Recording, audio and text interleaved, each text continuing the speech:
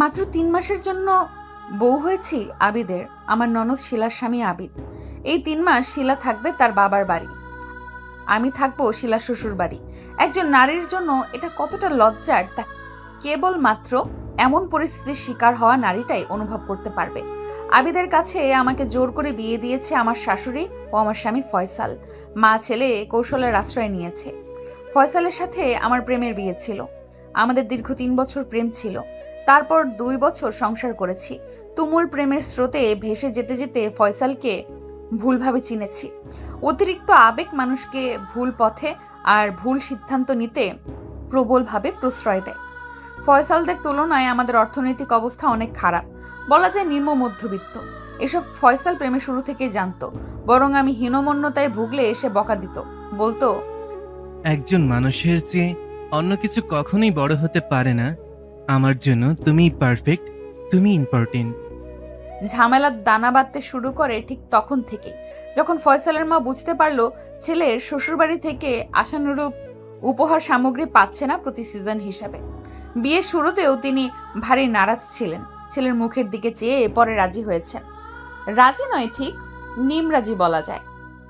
এদিকে আমিও কিন্তু বাবার এই অক্ষমতা ঢাকার আপ্রাণ চেষ্টায় নিমগ্ন থাকতাম ভোর থেকে নিশি অবধি। তাদের সংসারের যাবতীয় কাজগুলো কলুর বলদের মতো কেটে কেটে সম্পূর্ণ করতাম। তবুও ননদ শাশুড়ির মনের কোন চিপাচাপায় ও আমার এতটুকু স্থান হতো না। বিদ্রুপের ছলে মা মেয়ে কথা শোনাতো, যেন বদ্ধপরিকর। ফয়সালের মনকে বিষিয়ে দিল তারা। দিনের পর দিন আমার সম্পর্কে নানা কথা বার্তা বলে। আমি অলস, কোনো কাজ করি না, মুখে মুখে তর্ক করি ইত্যাদি। এইভাবে একদিন ফয়সাল আমাকে জিজ্ঞেস করলে 1-2 কথা থেকে তর্ক শুরু হয়। তা চরম আকার ধারণ করে। এক পর্যায়ে সে আমাকে ফকিন্নি বলে। আমিও তাদেরকে লোভী সেলফিশ বলে বাবার বাড়িতে চলে যাই। তারপর তার মা বোনেরা কথার প্রলুব্ধ হয়ে সে আমাকে ডিভোর্স দেয়। তার মা নাকি তাকে কোটিপতির মেয়ে বিয়ে করাবে। উপস্থিত ঘটনার আকস্মিকতায় আমার গোটা পৃথিবী দুলতে লাগলো, ঝড়ো হাওয়ায় দুলতে থাকা বৃক্ষের ন্যায়। সামান্য তুচ্ছ বিষয়কে ইস্যু করে ফয়সাল এমন ভয়ানক সিদ্ধান্ত নিতে পারে তা আমার কল্পনারও বাইরে ছিল। যদিও অনেকটা মা বোনের রোষানলে পড়েই সে এমন করতে বাধ্য হয়েছে, তবুও মানা যায় না সে কেবল পুরুষ। কেমন ব্যক্তিত্ব তার! নিজের উপর সেদিন থেকেই এক দড়িয়া ঘৃণা। কেন বাবা মায়ের অমতে নিজের পছন্দে বিয়ে করেছিলাম। 6 মাস কেটে গেল। সময়ের সাথে সাথে নিজেকে সামলে নিলাম, মনকে প্রবোধ দিলাম এই বলে স্রষ্টা যা করে বান্দার কল্যাণের জন্যই করে। ভালো একটা চাকরি হয়ে গেল আমার স্থানীয় উপজেলা কার্যালয়ে।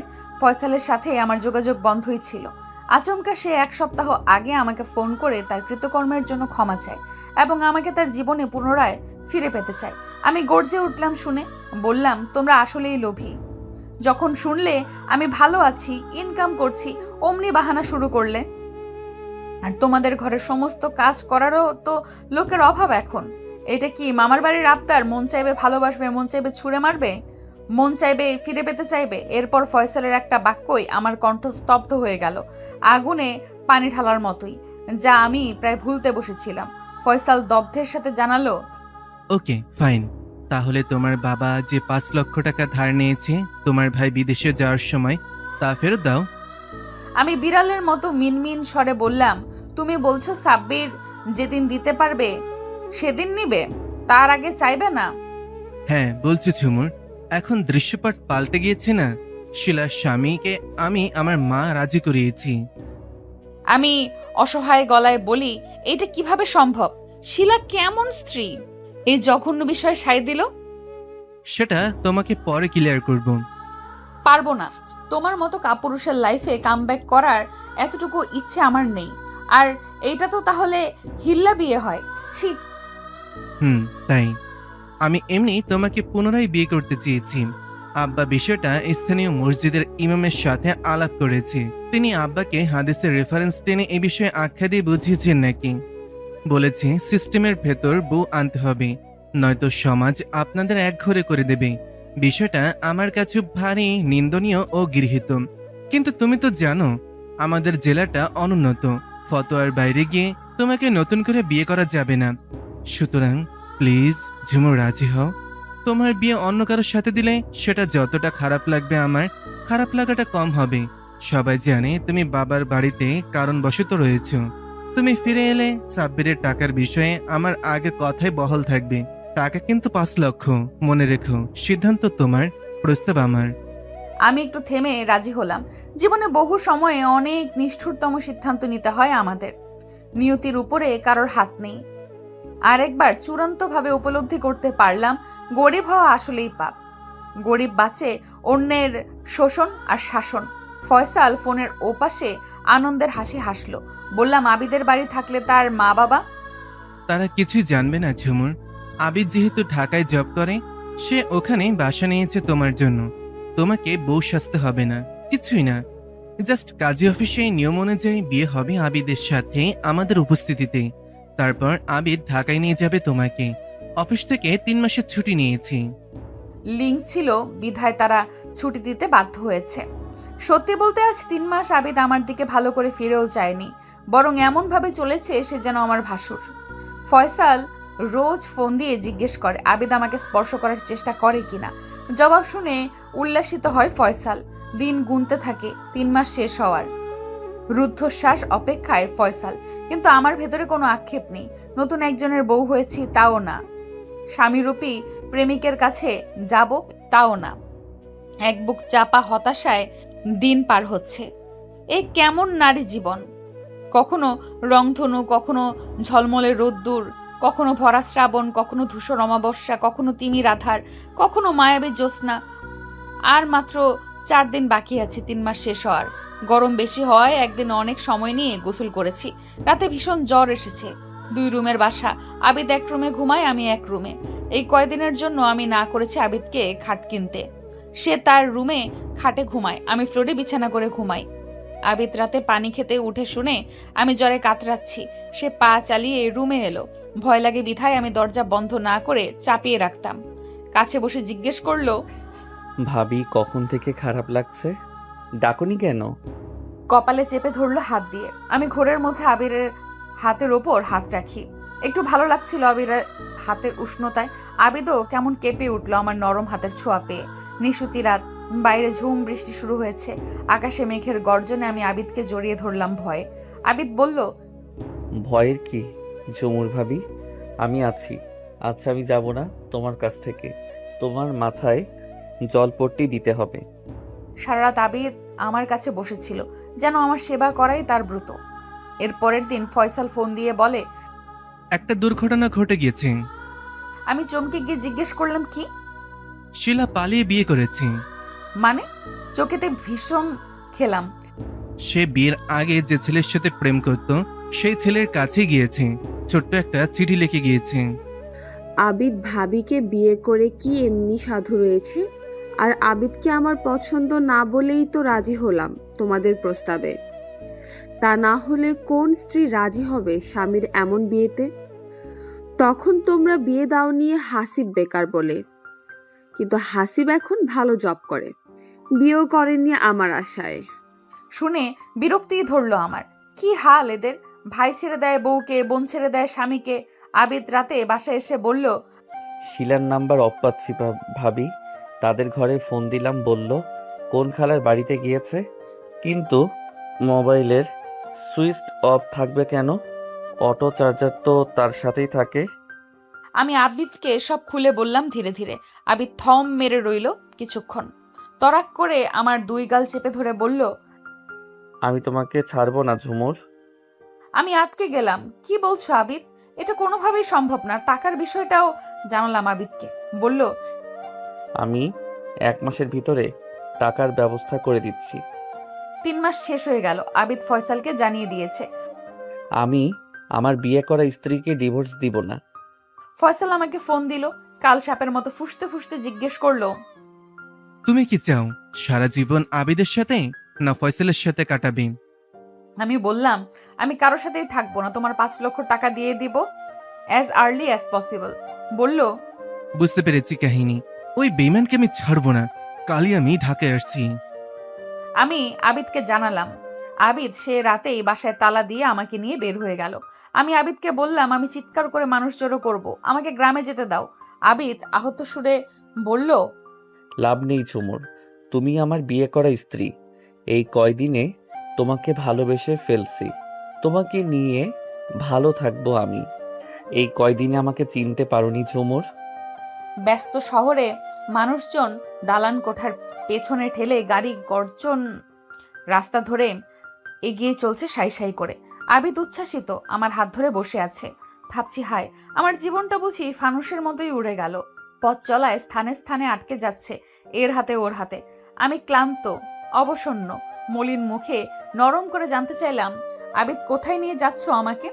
আবিদ আমার কপাল থেকে চুলগুলো কানের পাশে গুজে দিতে দিতে বলল, সিলেট যাচ্ছি আপাতত। গন্তব্যহীন গন্তব্যই হবে আমাদের ঠিকানা। মানুষ চায় এক, পায় আরেক, ভাবে এক, হয় আরেক। আর এই নিয়েই আমাদের ভালো থাকতে হয়, বেঁচে থাকতে হয়।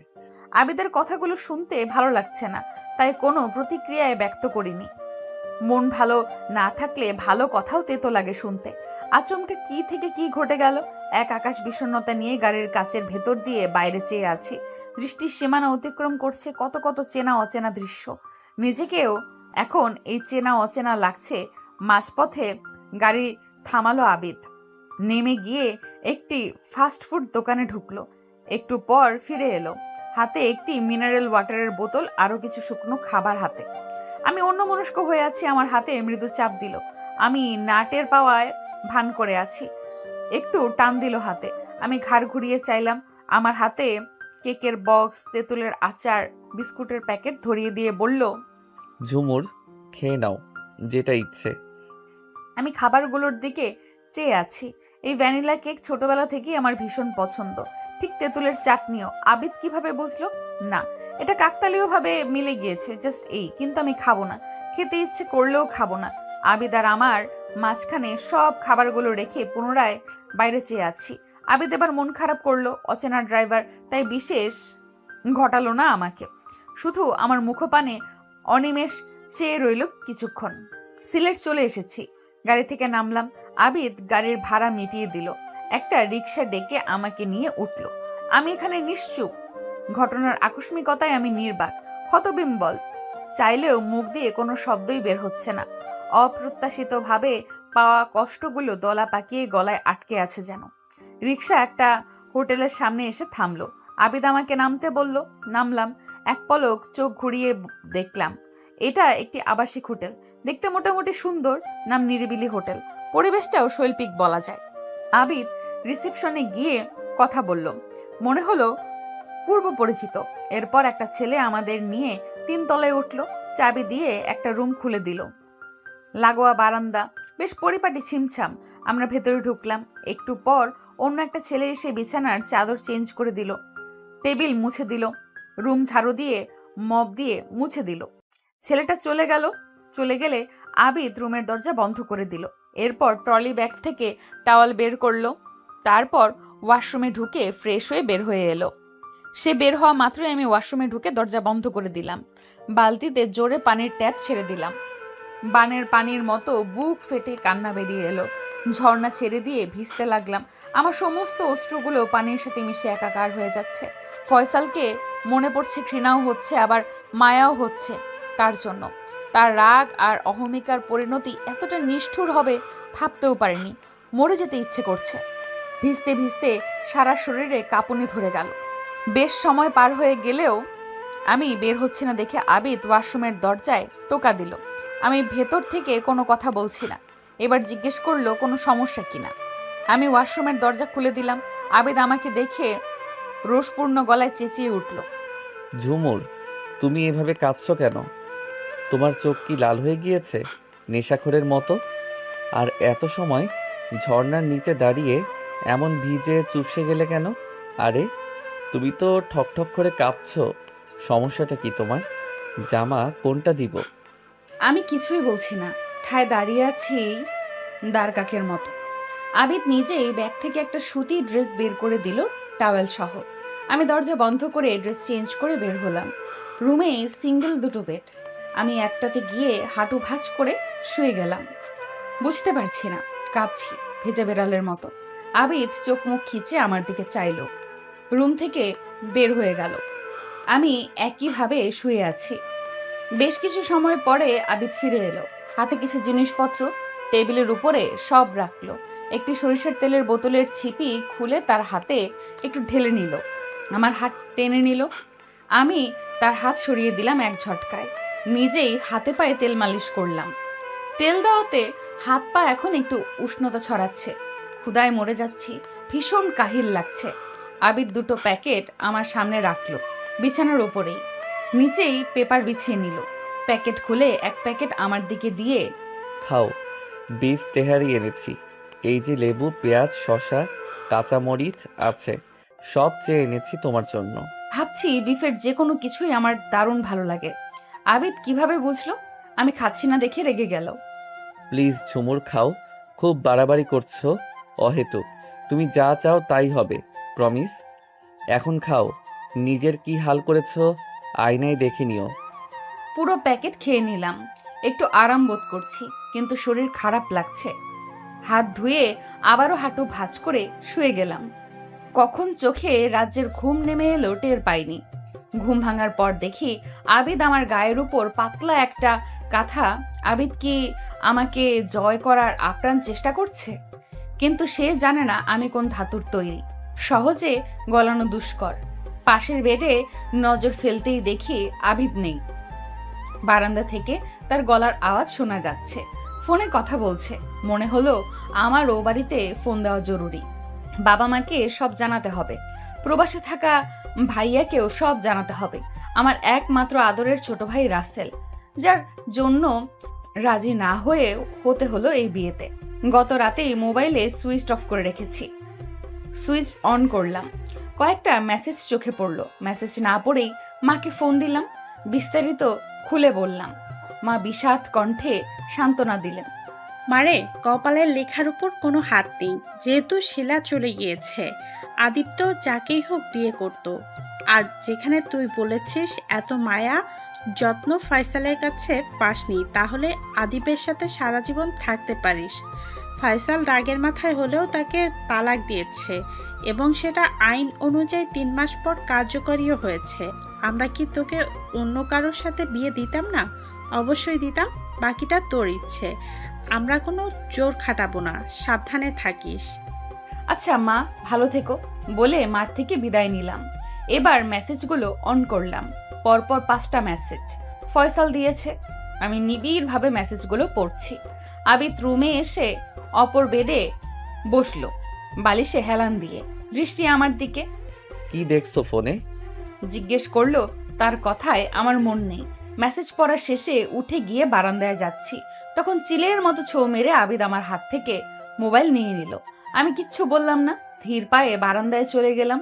সুন্দর একটা কাঠের চেয়ার পাতা রয়েছে, চেয়ারে বসলাম। বাইরে রাস্তায় আলো আধার খেলা চলছে। একটি ল্যাম্পপোস্টের আলোর নিচে চোখ পড়ল। ছোট্ট একটি বিড়াল ছানা মিউ মিউ করে ডেকে যাচ্ছে, হয়তো তার প্রিয়জনকে খুঁজে ফিরছে। পাশ দিয়ে হেঁটে যাচ্ছে একজন পথচারী। সে নেমে গিয়ে বিড়াল ছানাটিকে কোলে তুলে নিল। এদিক ওদিক চাইলো তার মা বা সঙ্গীদের দেখা মেলে কিনা।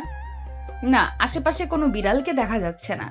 সেই বিড়াল ছানাটির তুলতুলে শরীরে হাত বুলিয়ে আদরে স্পর্শ দিতে লাগলো। অমনি বিড়াল ছানাটি শান্ত হয়ে গেল, আর মিউ মিউ করছে না। জগতের প্রতিটি প্রাণী ভালোবাসা চায়, ভালোবাসায় যত্নে ভালো থাকতে চায়। আমিও চেয়েছি ফয়সালের কাছে তার বুকের পশমের ওমে থেকে নিজেকে শিহরিত করতে চেয়েছি প্রতিটা রাত, জনমভর। কিন্তু আমার লম্বা দীর্ঘশ্বাস না পড়তেই পাশে এসে দাঁড়ালো আবিদ। আমাকে শুনিয়ে পটপট করে মেসেজগুলো পড়তে লাগলো। ঝুমুর, শতবার ট্রাই করো, তোমার ফোন অফ পেলাম। তুমি জানো আমি কেমন মানুষ। যদি তোমাকে না পাই আমি আবিদকে খুন করতে বাধ্য হব। আমার বোন শিলা এখন আর ওর স্ত্রী নয়। সো কোনো পিছুটা নেই ওই প্রতারক নিমুখারাম অমানুষটার জন্য। তোমার কাছে যতবার ক্ষমা চাইব ভুলের জন্য, ভুল তো মানুষই করে। সমস্ত ভুল ত্রুটির ঊর্ধ্বে শুধুমাত্র একজন, আর সেই আল্লাহর কাছে ভুলের ক্ষমা থাকলে তোমার কাছে ক্ষমা নাই কেন? আমি কি চাইলে পারি না থানায় জিডি করতে? এই মর্মে আমার বোন চলে গিয়েছে, তাই তার স্বামী স্ত্রীকে জোর করে তুলে নিয়ে গিয়েছে প্রতিশোধ নিয়ে আমাদের অপমানিত করার জন্য সমাজে। আমাকে ফোন দিও জরুরিভাবে, ফয়সাল। মেসেজ পড়া শেষ করে আবিদ বলল, ভাবি আমি ভয় পেয়েছি। আপনাকে সকালে গ্রামের বাসে তুলে দিব, আপনি চলে যান ফয়সাল ভাইয়ের কাছে। আমি নিমেষে মুখ তুলে চাইলাম আবিদের দিকে, বললাম, ঠিক আছে আবিদ ভাই। ব্রু কুচকে আবিদ হেসে ফেলল, বলল, আমি আবিদ ভাই হয়ে গেলাম? Okay fine. এখানে মশা কুটকুট করে কামড়াচ্ছে, রুমে আসো। সকালে তো চলেই যাবে, কিছু কথা ছিল আমার। আমি তবুও চেয়ার ছাড়ছি না। খোলা বারান্দায় মশা আমাকেও ধরেছে। আবিদ আমার হাত ধরে টেনে তুলল। কোলে করে নিতে হবে নাকি ঝুমুর? তার এই রসালো বাক্যটি আমার কাছে অসহ্য ঠেকছে। হাত ছাড়িয়ে হন হন পায়ে হেঁটে গিয়ে বেডে বসলাম। পেছন দিক দিয়ে সেও এসে আমার পাশে বসলো। আমি সরে যেতেই জোরে এক ধমক দিল। তোমার এসব আর নেওয়া যাচ্ছে না, ফাইজলামও অনেক হচ্ছে। খুব জ্বালাচ্ছ দুদিন ধরে। মানুষ বন্ধুর সাথেও আরো মাখামাখি করে চলে, আর তুমি তো আমার বিয়ে করা বউ। বউ শব্দটা শুনেই আমার মাঝে প্রবল উত্তেজনা কাজ করলো। প্রধান্বিত হয়ে, আমি কারো বউ না। তুমি স্ত্রী বর্তমান থাকা অবস্থায় বিয়ে করেছো। স্ত্রীর সাথে ছাড়াছাড়ি না হলে সেই বিয়ে বৈধ নয়। সো আমি ঝুমুর না, আমি তোমার বউ না, ফয়সালের। আজ রাতেই সুইসাইড করব। হোয়াট? বলেই আমার গালে সজোরে চর বসিয়ে দিল আবিদ। আমি ব্যথায় গাল চেপে ধরলাম। দিশেহারা হয়ে আবিদের পায়ে লাথি মারলাম। আবিদ আর আমাকে কিছুই বলল না। অবোধ শিশুর মতো চুপচাপ বাকি বেডে গিয়ে শুয়ে পড়ল। দু চোখের পানি ছেড়ে দিল নীরবে। আমি নিজের ব্যথা ভুলে স্তব্ধ হয়ে গেলাম আবিদের নীরব অশ্রুপাত দেখে। যতই হোক বর্তমানে আমি ওর কাছেই আছি, বিয়ে করা বউ হিসেবে। হোক না চুক্তির বিয়ে, হোক না নামকাও আসতে, হোক না সমাজ দেখানো, তবুও সে আমার সিনিয়র।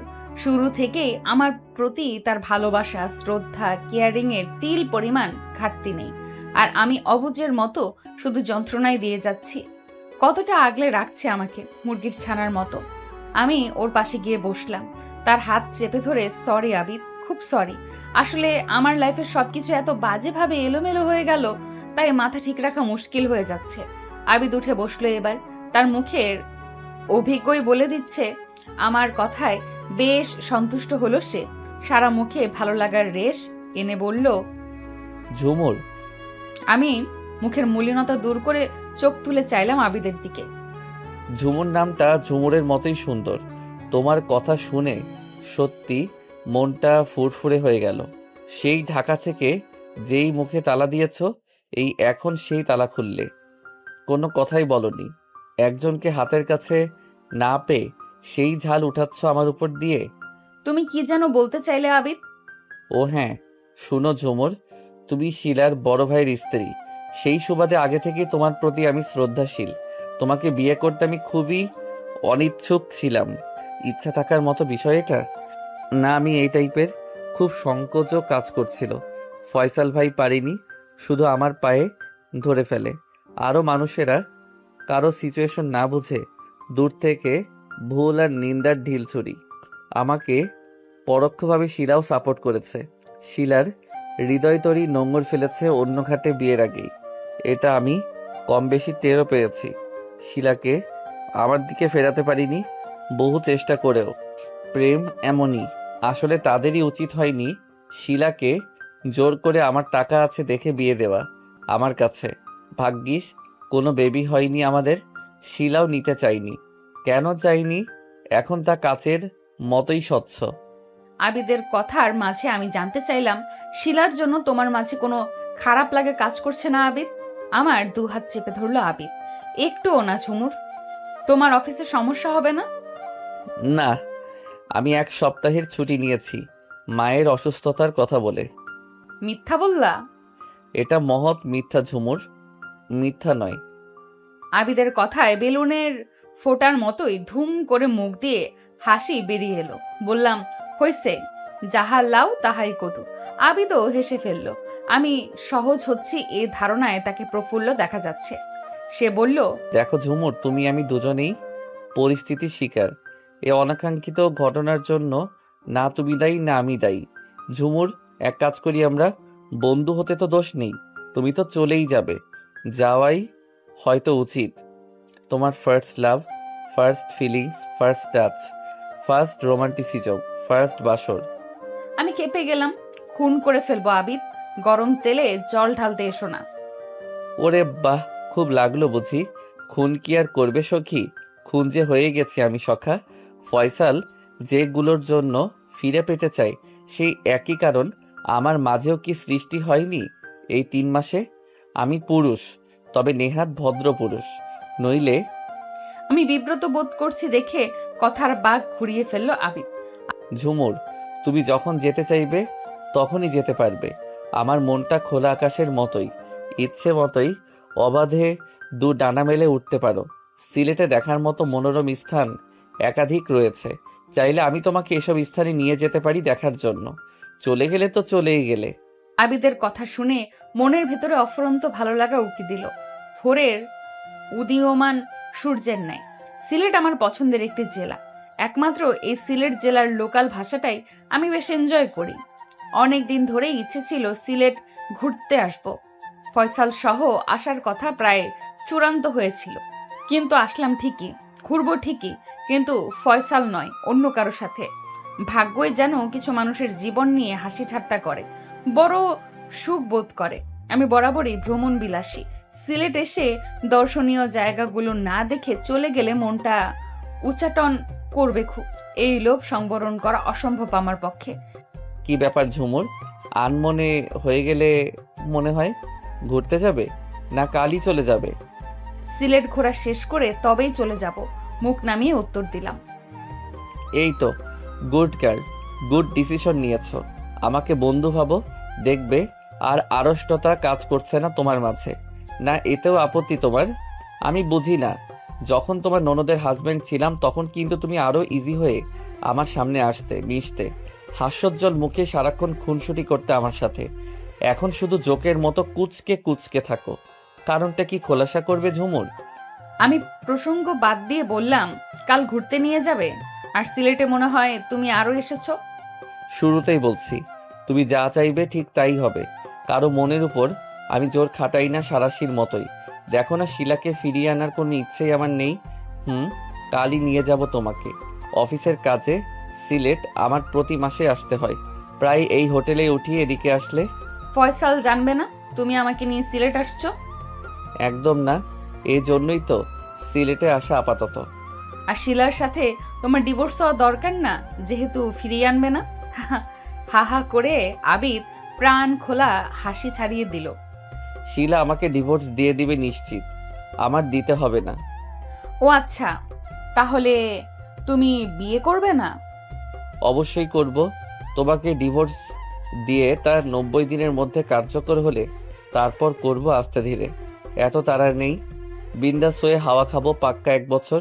হো হো হো, চাইলে সে 1 বছর আমার সফর সঙ্গী হতে পারো। একদমে বললাম, নো নিড। জীবন নিয়ে তামাশা অনেক হয়েছে। আমার নতুন চাকরি, আলতাফ সচিব আমার কাকা হয়। বাবা ওনাকে বলে ছুটি নিয়ে দিয়েছে। সামনের সপ্তাহ থেকে অফিস যেতে হবে। আর আমাকে ডিভোর্স দেওয়ার প্রয়োজন নেই, কারণ কাজী অফিসে বিয়ে পড়ানোর সময় সবাই মিথ্যা বলেছে যে তুমি ডিভোর্সড। বাট সত্যিটা তো আমরা জানি। আরে ঝুমুর, তোমার মাথা পুরাই গেছে। কি আবল তাবল বলছো? সেটা বলছে এজন্য যে কাজী বেটা কেন, কি হয়েছে? নানা কাহিনী করবে। আমাদের নবীও তো স্ত্রী থাকাকালীন একাধিক বিয়ে করেছে, বরং শিলার বিয়ে অবৈধ। আমি কি সিম্পল বিষয় জানি না? আমি ইচ্ছে করেই এটা বলছি, একটা কারণে। বুঝতে পেরেছি, ফাঁকিবাজির ধাক্কায় আছো। আচ্ছা, তোমার অফিস বের করতে কতক্ষণ ফয়সাল ভাইয়ের ঝামেলা করবে না? আমি তার স্ত্রী নই এখন। নারী হয়রানির মামলা দিয়ে দিব ঝামেলা করলে। তার মেসেজ কতটা বিধ্বংসী দেখলে বোঝাই যায় বুকের পাজরে তোমার জন্য উথাল পাতাল মধু মধু প্রেম। রাগে চুল ছিঁড়তে মন চায় তোমার কথা শুনলে। ঘোড়ার ডিমের প্রেম। অনেক রাত হয়েছে, ঘুমাবো, ক্লান্ত লাগছে। দুজন দুই বেডে ঘুমিয়ে পড়লাম। এই কয়েকদিনে আবিদকে দেখেছি, অবলোকন করেছি খুঁটিয়ে খুঁটিয়ে। চোখ বন্ধ করে বিশ্বাস করা যায় আবিদকে। নিশ্চিন্তে ঘুমিয়ে পড়লাম কাঁথা মুড়ি দিয়ে। পাখি ডাকা ভরে ঘুম ছুটে গেল। আবিদ অঘরে ঘুমাচ্ছে। আমি আড়মোড়া ভেঙে বারান্দায় গিয়ে বাইরে চোখ মেললাম। কিছুই ভালো লাগছে না। চারপাশকে ভীষণ পানছে আর নিরানন্দ লাগছে। নিজের মনের ভুবনে রং না থাকলে বাইরের সব রং কেউ বিবর্ণ ধূসর মনে হয়। ফোন আসার শব্দ হতেই রুমে গিয়ে ফোন রিসিভ করলাম। মায়ের ফোন। হ্যালো মা বলতেই যা শুনলাম তাতে আমি থরথর করে কাঁপতে কাঁপতে মেঝেতে পড়লাম। আমি দুমড়ে মুচড়ে যাচ্ছি। যন্ত্রণার পাহাড় ভেঙে চুড়ে পড়ছে মনের জমিনের উপরে। নিমেষেই অন্তরটাকে গুঁড়ো গুঁড়ো করে দিচ্ছে যেন। মা আমাকে সাধ্যমতো সান্ত্বনা দিয়ে মোবাইল সংযোগ বিচ্ছিন্ন করলো। মোবাইল আবার বেজে উঠল। রিসিভ করতেই বন্ধু রিমার গলা শুনতে পেলাম। রিমা আমার প্রাণের বন্ধু, যা আমার গোপন তাও রিমাকে না জানিয়ে থাকতে পারি না। এই নিয়ে স্কুল কলেজ ভার্সিটিতে অন্য বন্ধুরা খ্যাপাতো, ঈর্ষান্বিত হয়ে বলতো তোদের গলাগলি বয়ফ্রেন্ড আর গার্লফ্রেন্ডের মতন। হ্যালো ঝুমুর, কিছু শুনেছিস? ধরা গলায় বললাম মা ফোন দিল এখন। তুই রাখ রিমা, আমার বেশ খারাপ লাগছে। রিমা মনমরা কণ্ঠে বলল, খারাপ লাগাটা অস্বাভাবিক কিছু নয়। আচ্ছা রাখি, তুই ভালো থাকার চেষ্টা কর প্লিজ। হাঁটু ভাঁজ করে একই স্থানে বসে আছি। পেছনে আবেদ এসে দাঁড়ালো। কি ব্যাপার ঝুমুর? আমি সেই কখন জাগলাম, ফোনে মায়ের সাথে কথা বললাম, আরো 2 জায়গায় জরুরি আলাপ সারলাম, তোমার পাত্তা নেই। এত সময় এখানে কি করছো? ফ্রেশ হয়েছো? বের হবা না ঘুরতে? আমি নিচের দিকে মাথা ঝুঁকে বসে আছি। আবেদ আমার হাত ধরে টান দিল। মুখপানে পলক চেয়েই, এ কি তুমি কান্না করেছো? চোখ ফোলা ফোলা লাগছে। Any problem? শেয়ার করো। উঠে আসো প্লিজ। এই এক সমস্যা। অ্যালার্জি থাকার জন্য একটু কাঁদলেই চোখ মুখ ফুলে যায়, লাল হয়ে যায়। লুকোনোর কোনো সুযোগ নেই। অসহ্যকর। আমি উঠে দাঁড়ালাম আস্তে করে। পা টেনে টেনে রুমে গেলাম। টেবিলের সাথে থাকা চেয়ারটাতে টেনে নিয়ে বসলাম। টেবিলে মাথা এলিয়ে দিয়েছি, নুইয়ে পড়া পুয়ের লতার মতন।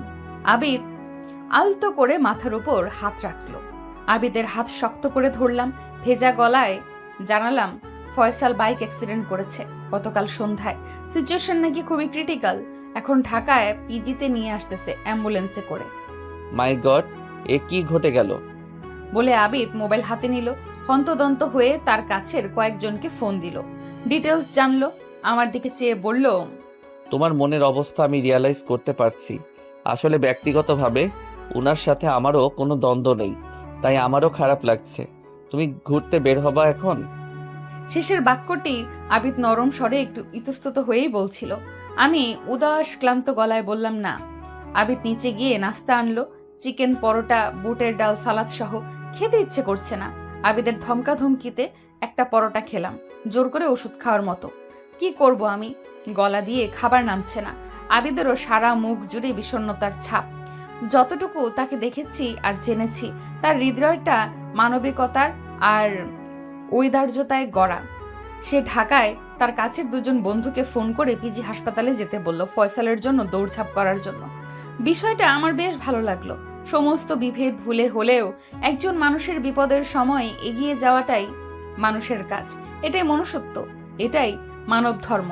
ফয়সালের সান্নিধ্যে কাটানো মুহূর্তগুলো চোখের সামনে ভেসে চলছে শরতের নীল মেঘের ন্যায়। কেনই বা ও আমার জীবনে এলো? কেনই বা তাকে ভালোবাসলাম হৃদয়ে ছিঁড়ে পুড়ে? কেনই বা এমন ভুল বোঝাবুঝি হলো? কেনই বা সে আমাকে তার জীবন থেকে তাড়িয়ে দিল দূর, বহু দূরে?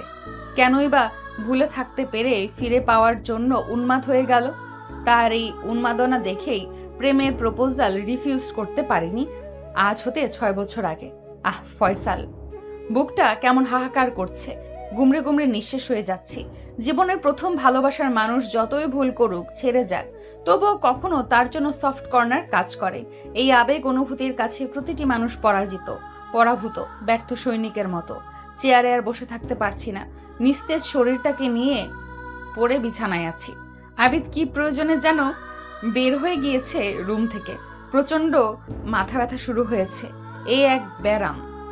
কাঁদলে মাথাও ব্যথা করে। আমার সারা শরীরে ও মনে সমস্যার অন্ত নেই। বেশ কিছু সময় পরে আবার ফোন বেজে উঠল। আননোন নাম্বার রিসিভ করলাম। দুর্বল স্বরে জিজ্ঞেস করলাম, হ্যালো, কে? মা, আমি ফয়সালের মা। তোমাকে ফয়সাল একটু দেখতে চায় ভিডিও কলে। ছোট বাচ্চার মতো করে হাউমাউ করে কাঁদতে কাঁদতে ফয়সালের মা আমাকে অনুরোধ করলেন। মৃত্যু পথগামী সন্তানের জন্য একজন অসহায় মায়ের বিলাপ আমার হৃদয়ে আছড়ে আছড়ে পড়ছে সমুদ্রের ঢেউয়ের মতো করে। একজন মা তার সন্তানদের কাছে পৃথিবীর শ্রেষ্ঠ সম্পদ, খোদার দেওয়া নিয়ামত। কারো কারো চোখে হয়তো মন্দ, কিন্তু সন্তানদের নিকট নয় কখনো। ঠিক তেমনি সন্তানও অন্যের কাছে নিন্দনীয় হতে পারে, দুশ্মন হতে পারে, কিন্তু মায়ের কাছে স্রষ্টার নিকট থেকে পাওয়া অনন্য উপহার, যে উপহার মা প্রতিটি মুহূর্তে যত্ন করে রাখে যেন এতটুকুও নষ্ট না হয়। সেই মা কেমন করে বাঁচবে সন্তানের এমন অবনির্ণয় যন্ত্রণা দেখলে? আমি প্রার্থনা করি এই মাকে করুণা করে হলেও স্রষ্টা যেন তার সন্তানকে কেড়ে না নেয়। ওনাকে সান্ত্বনা দেওয়ার ব্যর্থ চেষ্টা করে বললাম, আপনি ওনার সামনে এভাবে কাঁদবেন না, আমি ভিডিও দিচ্ছি। আবিদ আসলেই, সে বাইরে গিয়েছে, এখন আমার ফোনে নেট কানেকশন নেই। আবিদকে ফোন দিয়ে জানালাম, সে দ্রুত ছুটে এলো, অভিযোগের সুরে বলল, কত বললাম এমবি কিনে দেই, না দিলেই না, দরকার নাই, দেখলে দরকার কারে কয়। এবার দাঁড়াও, হোয়াটসঅ্যাপে ফয়সাল ভাইয়ের ফোনে ভিডিও কল দিচ্ছি। বলে ট্রাই করতে লাগলো। একটু পরেই ফোন রিসিভ হলো। তার এক ভাবি মোবাইলের স্পিকার অন করে ফয়সালের মুখের সামনে ধরলো, জানালো ফোন হাতে ধরে রাখার মতো অবস্থা নেই তার। আবিদ আমাকে স্পেস দিয়ে বারান্দায় চলে গেল। ফয়সাল আমার দিকে ফ্যাল ফ্যাল করে চেয়ে আছে। দু চোখের কোণ গড়িয়ে ভারী অশ্রুপাত নির্গত হচ্ছে, যে অশ্রুর ভাষা কেবল আমিই অনুধাবন করতে পারছি। বললাম, ফয়সাল, পথ চলায় তুমি ছিলে আমার আপনের চেয়েও আপন, আমার ভুল ত্রুটিগুলো মাফ করে দিও একজন মানুষ হিসাবে। বলে ফোনের এপাশে আমি ডুকরে কেঁদে উঠলাম। ফয়সাল অবোধ শিশুর মতো অস্পষ্ট ভাঙা ভাঙা স্বরে আমার কাছে ক্ষমা চাইলো সব কিছুর জন্য। আমি ফোপানো মোটা গলায় বললাম, আমার আর কোনো অভিযোগ নেই তোমার উপর, আল্লাহ চাইলে তুমি সুস্থ হয়ে যাবে। ফয়সাল আবিদকে ডাকতে বলল। আমি রুমে বসেই জোরে আবিদ বলে চিৎকার দিলাম, ডাক দিলাম। আবিদ এলো, মোবাইল হাতে নিয়ে ফয়সালের দিকে তাকিয়ে নমনীয়ভাবে বলল, ভাই, আমরা সবাই আপনার পাশে আছি, আপনি ভালো হয়ে যাবেন। ফয়সাল শরীরের অসহনীয় যন্ত্রণায় কোকাতে কোকাতে, আবিদ, ঝুমুরকে আগলে রেখো সবসময়। এই বলে চুপ হয়ে গেল। তার ভাবে বলল, রাখিন, খুব ছোট ভাই রাসেল ফোন দিল। ঝুমু আপু, মায়ের কাছে A to Z বিস্তারিত শুনেছি শুরু থেকেই। তুমি বেশি আপসেট হয়ে যেও না। ফয়সাল এখন মরণের পথে, তাই আর কিছুই বলার নাই এ বিষয়ে তোমাকে। নয়তো টাকার জন্য তুমি আবার তার কাছে বিয়ে বসতে রাজি হয়েছো, এটা আমি কিছুতেই মেনে নিতে পারিনি। ঘৃণিত একটা কাজ বলে মনে হয়েছে। গ্রামে আমাদের জমি আছে একটা, সেটা বিক্রি করেই বাবার টাকা পরিশোধ করতে পারতো। জানি এই এক টুকরো জমি আমাদের শেষ সম্পদ ও সম্বল। আমি খেপে গেলাম রাসেলের উপরে। হর হর করে বললাম, তোর কি মনে হয় ফয়সালের কাছে ফিরে যাওয়া কেবলমাত্র ওই 5 লক্ষ টাকার জন্যই? এখানে কোনো ভালোবাসা কাজ করেনি। তুই তো শুধু আজ একটা, কাল একটা, পরশু আরেকটার পেছনে টই টই করে ঘুরেছিস বুনো হাঁসের মতো। জীবনে কাউকে একান্ত করে ভালোবাসিসনি, তাই এটার গুরুত্ব তোর কাছে না থাকাটাই স্বাভাবিক। ফোন রাখ। তোমাকে ফোন দেওয়াটাই আমার ভুল হয়েছে। বলে ফোনের লাইন কেটে দিল রাসেল। রাসেলের সাথে এত রূঢ় আচরণ না করলেও পারতে, বলল আবিদ। শুনে বললাম, মায়ের থেকে মাসির দরদ বেশি দেখাতে এসো না। আবিদ বাধ্য ছাত্রের মতো আচ্ছা বলে চুপ হয়ে গেল। একটু পর নরম সুরে আবিদকে বললাম, মানে কি বলো? আচ্ছা, এখন কি ঢাকায় যাওয়া সম্ভব? আবিদ চকিতে বিস্ময় ভরা দৃষ্টিতে আমার দিকে তাকালো, জানালো, সিলেট থেকে ঢাকার দূরত্ব সড়ক পথে প্রায় 243 কিলোমিটার। সো বুঝতেই পারছো, নিকট জেলা নয়, তবুও সম্ভব তুমি চাইলে।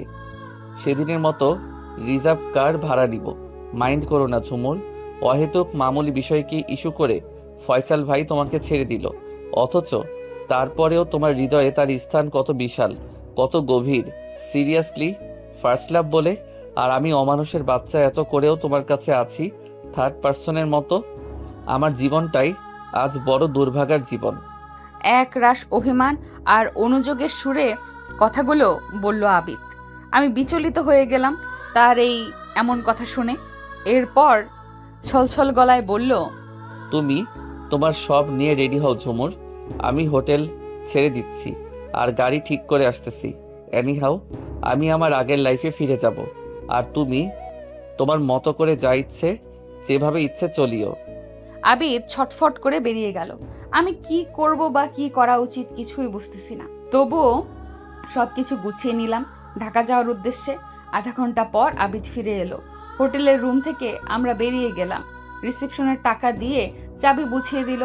গাড়ি ছুটে চলেছে দুর্বার গতিতে। জীবন সত্যিই ফানুষের মতো, উড়ে যেতে যেতে কত স্থান বদল হয়। আমি অপরাধী চোখে আবিদের হাতের উপর হাত রাখলাম। আবিদের মায়াবী শ্যামলা মুখখানি কালো মেঘের বর্ণ ধারণ করে আছে। আমার দিকে নিষ্পলক চেয়ে রইল, কিন্তু সে চাহনিতে কোনো তেজ নেই, অস্থিরতা নেই, রাগ নেই, উত্তেজনা নেই, অভিযোগ নেই। আছে শুধু স্থিরতা, ধৈর্য, খাখা শূন্যতা পেয়েও হারানোর বেদনা, গোমট অভিমান আর দীর্ঘ অপেক্ষা। এই ভাইয়া, গাড়ি ব্যাক করুন প্লিজ। আমরা যেখান থেকে উঠেছি সেখানেই চলুন। গাড়ি তবুও ছুটে চলেছে। রিমার ফোন পাওয়ার পরেই আমি গলায় জোর এনে ড্রাইভারকে ডাকলাম। সে শুনতে পেল না বোধ হয়। এখন বুঝলাম আবিদের নীরবতার কারণ। যদিও তখন আমাকে বেশ ভাবিয়ে তুলল। পরিবেশ পরিস্থিতি মানুষকে অনেক সময় অশান্তর বদলে শান্ত করে দেয়, যেন দিঘির শান্ত জল। আবিদ ড্রাইভারকে বলল, ভাই সামনের স্টেশনে গিয়ে গাড়ি থামান। নীরব ছায়া মূর্তির মতো আমার মুখের দিকে তাকিয়ে। ঢাকায় যাবে না কেন ঝুমুর? আমার ইচ্ছে। তুমি আমাকে জানাওনি কেন? আবিদ চোয়াল শক্ত করে জবাব দিল। প্রয়োজন মনে করিনি। আমি গাড়ি ঠিক করার পরেই ফোন পেয়েছি। ফয়সাল আর নেই। কিছুক্ষণ নিচে দাঁড়িয়ে চিন্তাও করেছি। রেজাল্ট পেলাম। যেই তুমি তাকে কাছ থেকে দেখার জন্য এত উন্মুখ হয়ে আছো, সেই তুমি তার বিদায় সংবাদ শুনে আরও মরিয়া হয়ে যাবার জন্য। ঠিক তাই। আমি দৃষ্টিতে কঠিনতা এনে চেয়ে রইলাম আবিদের দিকে। গাড়ি স্টেশনে থেমে গেল। আবিদ বলল, তুমি সত্যি ফয়সাল ভাইকে দেখতে যাবে না? আমি ঠোঁট উল্টিয়ে নীরস ভঙ্গিতে জানালাম, অবশ্যই না আবিদ। যার কাছে জীবিত থাকাকালীন উপেক্ষিত হয়েছি, উল্কার মতো ছিটকে গিয়েছি তার জীবন থেকে, সেই প্রাণহীন মানুষটাকে দেখতে গিয়ে কি হবে? বরং নিজের আত্মমর্যাদাকে বিকিয়ে দেওয়া হবে নিজের বিবেকের কাছে। মানুষ পৃথিবীতে শুধু ভালোবাসার জন্যই বেঁচে থাকে না, সম্মানের চেয়েও বেঁচে থাকে, সম্মানের জন্যও বেঁচে থাকে। আবিদ আমার কথা শুনে অবাক চোখে চেয়ে রইল। বললাম, চেয়ে দেখছো কি? গাড়ি ব্রেক করতে বলো প্লিজ। আমি সিরিয়াস মোডে আছি। এত সামান্য সময়ের ব্যবধানে তোমার পরিবর্তিত আচরণ আমাকে হতবাক করে দিল ঝুমুর। কেন? মুহূর্তেই যদি আকাশ ভেঙে ঝড় নেমে আসতে পারে, কয়েক সেকেন্ডের মাঝেই যদি ভূমিকম্পে সব তছনছ হয়ে যেতে পারে, তাহলে অল্প সময়ে একজন মানুষ বদলে যাওয়াটা বা সিদ্ধান্ত চেঞ্জ করাটা কি হতবাক হওয়ার মতো কিছু? ওগুলো যেমন আমরা স্বাভাবিক বলে মেনে নিই, তেমনি মানুষের পরিবর্তন হওয়াটাও স্বাভাবিক। এত চমকানোর মতো কিছুই নেই। ড্রাইভার এতক্ষণ ছিল না, চা সিগারেট খেতে বের হয়ে গিয়েছে। এখন আসা মাত্রই আবিদ গাড়ি ব্যাক করতে বলল আগের স্থানে। আমরা হোটেলে চলে এলাম। এত সময় আবিদ মুখে রাতটুকুও করেনি আমার সাথে, খালি উদাস প্রতীকের ন্যায় ভাবুক হয়েই বাইরে চেয়ে রইল। আমি ব্যাগ থেকে সবকিছু বের করে গুছিয়ে রাখলাম। মনের ভুবনে তুফান যাচ্ছে এই কয়দিন ধরে। স্থির হয়ে বসলাম। মাকে ফোন দিয়ে দীর্ঘ সময় কথা বললাম। এখন একটু হালকা হালকা লাগছে নিজেকে। মা এমন এক রত্ন, সকল রোগের মহা ওষুধ। মায়ের বিকল্প কিছুই নেই দুনিয়ায়। মায়ের গলা আর কথা শুনলে কলিজা শীতল হয়ে যায় বরফের মতো। শান্তির পরশ দোল খেতে থাকে সারা মন আঙিনায় জুড়ে। আবিদ বারান্দায় গিয়ে কোথায় যেন ফোন দিচ্ছে আর কথা বলছে। আমি বিছানায় বুকের নিচে বালিশ দিয়ে উপুর হয়ে আছি। মোবাইলে নাড়াচাড়া করতে করতে গ্যালারিতে থাকা ফয়সালের সাথে আমার কিছু ঘনিষ্ঠ সময়ের ছবি ও ভিডিও আমাকে আবার কাবু করে ফেললো। আমি বরাবরই নরম মনের, সামান্যতেই ইমোশনাল হয়ে যাই। তবে আর নয়, ভুলে যেতে চাই জীবনের কালো অধ্যায়কে। First is first. নিজের মতো করে বাঁচতে হবে, সম্মানের সাথে, আনন্দের সাথে। জীবন কি শুধুই কচুরি পাতার মতো উপরে ভেসে থাকা টলমলে জল? জীবন কি কেবলই নীল নিষাদের, নাকি কেবলই হাহাকার আর শূন্যতায় ঝাঁপি বয়ে বেড়ানো? না, জীবন আনন্দের, উপভোগেরও। সবুজ ধানের শিশিরের উপর অবাধে উড়াউড়ি করা রঙিন প্রজাপতির মতো। ঘরের কোণে গাছের শাখায় বসে চিউচিউ করে ডাকা মুক্ত চড়ুইটির মতো। চলো জলদি করে ফয়সালের সাথে থাকা সব ভিডিও ফটো রিমুভ করে থাকলাম। কখন যে চুপটি করে আবিদ পেছনে এসে দাঁড়িয়ে আছে টের পাইনি। চিলের মতো ছৌ মেরে আবিদ মোবাইল তুলে নিয়ে নিল আমার বিছানার উপর থেকে। আমি ঘাড় ঘুরিয়ে আমার ফোনে জিজ্ঞেস করলাম। আবিদ দৃঢ় কণ্ঠে ভ্রু কুচকে জিজ্ঞাসা করলাম মানে, বলে সে ফোনের প্রতিটি স্থান থেকে সব ফটো ও ভিডিও রিমুভ করে দিল। বলল, শুধু গ্যালারি থেকে রিমুভ করলে হয় না, আরও কয়েক স্থানে সব স্টোরেজ হয়ে থাকে, তাই আমি সকল কিছু থেকে সব চিরতরে গায়েব করে দিলাম। রাজ্য জয় করার মতো আবিদের সারা মুখ জুড়ে চাপা আনন্দ আর নজর এড়ালো না। তবু আমি জিজ্ঞেস করলাম, খুব ভালো লাগছে না? লাগছে। লাগাটাই কি স্বাভাবিক নয়? এখন যদি আমি তোমাকে ডিভোর্স দিয়ে দিই? মানা কে করেছে? বলে আবিদ চেঁচিয়ে উঠল। পথ ক্লিয়ার এবার তোমার। যাকে ভালো লাগবে তার গলায় মালা দিতে পারবে। চলে যাও। আমি জমে গেলাম তার এমন ভয়ার্ত গলা শুনে। চুপ মেরে রইলাম। সে সপাট করে দরজা খুলে বেরিয়ে গেল। রিমা ফোন দিল। শোন ঝুমুর, কাল আমি সাইনা আর হিয়া সিলেট আসতেছি। সবার সময় এখন মিলেছে, তাই তোরা দুজন সহ সবাই একসাথে ঘুরবো। দেখবি ফুরফুরে হয়ে যাবি। ভ্রমণ এমন এক জিনিস যা মানুষের দুঃখ বেদনা ভুলিয়ে দিতে প্যারাসিটামল ট্যাবলেটের মতোই কার্যকর। কিরে, আবার ফোন দিলি? আমি বনে গেলাম শুনে। বললাম, তোরা একাই আসবি? 3 জন? একাই। তোদের হোটেলে এক রুম বুকিং দিয়ে রাখ তোর জামাইকে বলে। এই রিমা কে জামাই? কিসের জামাই? চুক্তির বিয়ে, আমি তার কাছে থাকবো? আহ, কি বলিস ঝুমু বেবি? কার গলায় ঝুলবি তাহলে? আদিব বেচারা কো কেয়া কসুর হে। জীবন কি এতই সোজা সুজ? চাইলেই যেখান সেখান দিয়ে গেঁথে দেয়া যাবে। রাখি, কাল দেখা হচ্ছে। পরপর করে কথাগুলো বলেই রিমা লাইন কেটে দিল। আবিদ লাঞ্চ নিয়ে এলো, বিফ খিচুড়ি সালাদ সহ, সাথে 1/2 লিটার পানীয়, কোকা কোলা। এত লোভনীয় খাবার না খেয়ে থাকা যায় না। আমার আয়েশ করে খাওয়া দেখে আবিদ খেতে খেতে বলল, তোমার খাওয়া দেখে সৈয়দ মুস্তফা আলীর দেশে বিদেশে ভ্রমণ গ্রন্থটির কথা মনে পড়ল। খাবার নিয়ে যেই মনোগ্রাহী বর্ণনা উনি করেছেন, এক কথায় চমৎকার। পড়েছো? পড়েছি। অদ্ভুত সুন্দর বই। এই বই দিয়েই আমার ভ্রমণ গ্রন্থের সাথে সাক্ষাৎ ঘটে। আচ্ছা, রিসেপশনে গিয়ে খবর নাও একটু কোনো রুম খালি আছে কিনা এই রুমের পাশাপাশি। আবিদ কৌতূহলী হয়ে, আরে তোমার দেখি পরিবর্তন পর্ব চলছে বিদ্যুৎ বেগে। 2 বেডেই ঘুমাচ্ছি দুজন, আলাদার কি দরকার? আমার মুখ ফসকে বলদ শব্দটি উচ্চারিত হতেই, এখানে বলদামি কি বলছি ঝুমুর? আমার বন্ধু রিমা, সায়না, হিমা কাল আসতেছে। উদ্দেশ্য সিলেট ভ্রমণ, তাই ওদের জন্য রুম বুকিং দিতে বলেছে যদি পসিবল হয়। তাই বলে আবিদ স্বস্তির দম ছাড়ল। ওকে, দেখছি। বলে বেরিয়ে গেল আবিদ। একটু পরে এসেই, ইউরেকা, বাট আমাদের 2 রুমের পরেরটা বুকিং দিয়ে আসলাম। দুজনে রাতে 2 বেডে ঘুমিয়ে পড়লাম। পরের দিন উঠেই মাকে ফোন দিলাম। মা বরাবরের মতো বোঝালো, আল্লাহ যা করে তা বান্দার কল্যাণের জন্যই করে। আবিদের সাথেই যেন বাকি জনম কাটিয়ে দেই। দরকার হলে আবার বিয়ে পড়ানো যাবে। বিকেলে এসে গেল বন্ধুরা। আমাদের রুমে এসে আবিদের সাথে পরিচিত হয়ে নিল। আমি তাদের সাথে তাদের রুমে গেলাম। তাদের হাত ধরে কেঁদে ফেললাম অনাকাঙ্ক্ষিতভাবে ঘটে যাওয়া ঘটনাগুলোকে স্মরণ করে। মানুষের শুধুমাত্র দুঃখের সময়গুলোকে মনে পড়ে। প্রিয়জনদের সান্নিধ্য পেলে আর একা থাকে। ওরা আমাকে হাত ধরে বসালো, আবিদের কাছেই থাকার জন্য অনুরোধ করলো নানা যুক্তি খণ্ডন করে। বললাম, আসলে আবিদের দিকে মন ফেরাবার চেষ্টাটুকু করিনি এতদিন। দুঃখ বিচ্ছেদ আঁকড়েই পড়েছিলাম। অনেক রাত হয়ে গেল গল্প করতে করতে। আমি ওদের সাথেই ডিনার করলাম। তারা আবিদকেও ডাকতে বলল। আমি বাধা দিয়েছি। রুমে যাচ্ছে না দেখে আবিদ ফোন দিল। রিসিভ না করেই ছুট দিলাম। ঘুমও ধরেছে বেশ।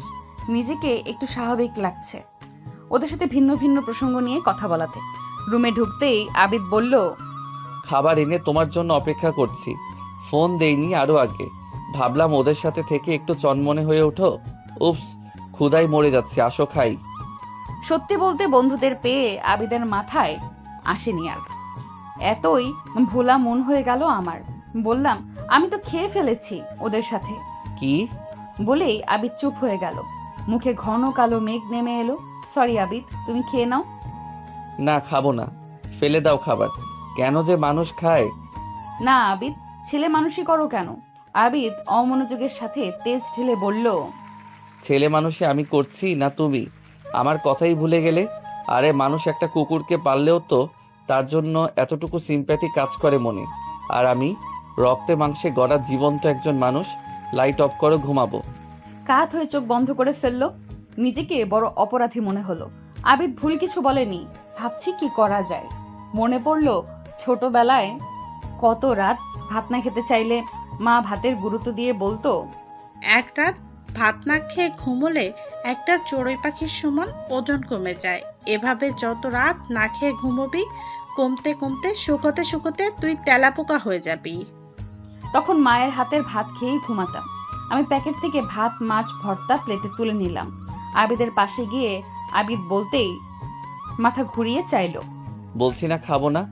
আমি মুখে কিছু না বলে নিজের হাতে ভাত নিয়ে তার মুখের সামনে ধরলাম। আমার চোখে চোখ রেখে খেয়ে নিল সব ভাত। খাওয়া শেষে আলতো হেসে বললাম, প্লেট খালি করলো কে? আবিদ শিহরিত চোখে চেয়ে বলল, অমন হাতে ভাত কেন? বিষ অমৃত লাগবে। আমি আড়ষ্ট হয়ে আমার বিছানায় শুয়ে গেলাম। পরের দিন সকালে রিমা, হিমা, সায়না, আবিদ ও আমি একসাথে নাস্তা খেলাম। রেডি হয়ে সবাই ঘুরতে বেরিয়ে পড়লাম। বন্ধুরা ফাঁকে ফাঁকে চালাকি করে আমার আর আবিদের ক্লোজ শট নিচ্ছে, ভিডিও করছে। আবিদও বুদ্ধি করে আমার গায়ে ঘেঁষে ঘেঁষেই হাঁটলো। পুরো 2 দিন আমরা যতটা সম্ভব সকাল থেকে সন্ধ্যা অবধি ঘুরেছি। সবাই মিলে দারুণ মজা করেছি। সেলফি, ছবি, ভিডিও, নৌকায় চড়া, খাওয়া দাওয়া কিছুই বাকি রাখলো না বন্ধুরা। এত মনোরম, এত মোহনীয়। আমার 2 নয়ন যেন সার্থক হলো। চারপাশে উদার প্রকৃতি, উপরে খোলা আকাশ, স্বচ্ছ জলরাশি, বড় মায়াময়। অপরূপ প্রাকৃতিক সৌন্দর্যে ভরা এই সিলেট ভূমি। চা বাগান থেকে শুরু করে জাফলং, রাতারগুল, জলাবন, হাকালুকি হাওর, সাদা পাথর, বিছানাকান্দি, তামা বিল, পাহাড়, ঝর্ণা কিছুই বাকি রাখিনি। বসে বসে গ্যালারিতে সব দেখছি। ফয়সালের স্থানগুলো আবিদ দখল করে আছে কত অবলীলায়। নিয়তির খেলা বোঝার সাধ্য কারণ নেই। কে কখন যে কার প্রিয় হয়ে ওঠে। ওরা আমাদের রুমে এলো। আবিদও বসে আছে। রিমা বলল, আবিদ ভাই এ পর্যন্ত অনেক টাকা খরচ করেছেন আমাদের জন্য। রুম বুকিংয়ে কত দিয়েছেন সেই টাকাটা শোধ করে দিতে চাই। আবিদ এক গাল সরল হাসি হেসে বলল, আমি এভাবে শোধ চাই না। তোমরা ঝুমুরের বন্ধু, তাই তার থেকে শোধটা নিতে চাই। হুট করেই বোম ফাটার মতো হিমা বলে ফেলল, কাল আবিদ আর ঝুমুরের বাসর হবে। আবিদের মুখ চকচক করে উঠল রূপোর থালার মতো। আমি অপ্রস্তুত হয়ে গেলাম। চোখ বড় করে, হিমা তুই রুমে যা বলছি। ফাজিল। ওরা আমাদের রুম ছেড়ে চলে গেল। মোবাইল হাতে নিয়ে শুয়ে পড়লাম। হসপিটালে অচেনা নাম্বার থেকে মেসেজ এলো। স্তম্ভিত হয়ে পুরো মেসেজ বার 2 পড়লাম। ভেবে পাচ্ছি না আবিদকে এই মেসেজ দেখানো উচিত হবে কিনা। হিতে বিপরীত কিছু ঘটতে পারে। দেখালে যদি আবার আমার জীবনটা ফানুসের মতো উড়ে উড়ে গিয়ে আটকে যায় অন্য অচেনা বৃক্ষ ডালে। আর চোখে আবিদকে খেয়াল করলাম ইউটিউবে নিউজ দেখছে। আমি উদ্বিগ্ন হয়ে আছি বেশ। বিক্ষিপ্তভাবে চিন্তারা দল বেঁধে অনুপ্রবেশ করছে মস্তিষ্কের প্রতিটি কোষ থেকে কোষে। এই একটি মেসেজ সারাটি রাতের ঘুম কেড়ে নিল। আমার জন্য আরেকজন বিনিদ্র রজনী পার করুক তা একদম চাই না।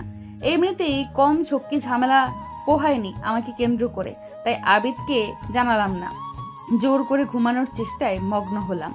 গভীর রাতে ঘুম নামলো আখি জুড়ে। কখন যে ভোর শেষ হয়ে গেল, বেলা হলো টের পাইনি। আবিদ আমাকে ছোট্ট শিশুর মতো করে নেড়ে চেড়ে ডেকে তুলল। তবুও আমি হাই দিয়ে যাচ্ছি। বিছানা ছাড়তেই পারছি না। আবিদ গিয়ে জানলার পর্দা সরিয়ে দিল। রোদের কড়া ঝাঁজ ঠিকরে আমার চোখে এসে পড়ল। আমি তাকাতেও পারছি না। পিট পিট চোখে যাচ্ছি বিড়ালের মতো। আলসেমিতে উ আ করছি, হাই দিচ্ছি, এপাশ ওপাশ হচ্ছি বিছানার। আবিদ নিবিড় হয়ে নেশাতুর চাহনিতে আমাকে দেখছে। আমি তার চোখে চেয়ে লজ্জাতুর পাতার মতো গোপনে চুপসে গেলাম। পরক্ষণে 2 ঠোঁট ঝাঁকিয়ে জিজ্ঞেস করলাম, অমন করে কি দেখছো?